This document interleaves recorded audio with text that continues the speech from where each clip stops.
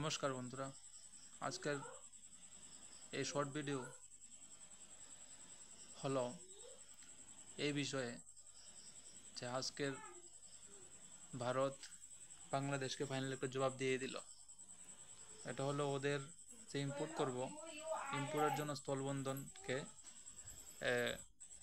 ওরা স্থলপথে কোনো ইম্পোর্ট ভারতে কোনো এক্সপোর্ট করতে পারবে না, ওদেরকে কলকাতা বন্দর দিয়ে করতে হবে।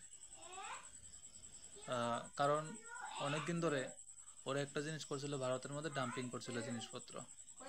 আর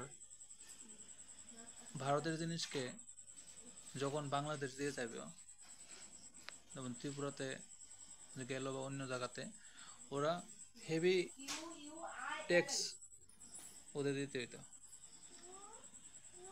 অনেকদিন পরে মোহাম্মদ ইউনূসকে একটা যোগ্য জবাব ভারত দিল, ভালো লাগলো।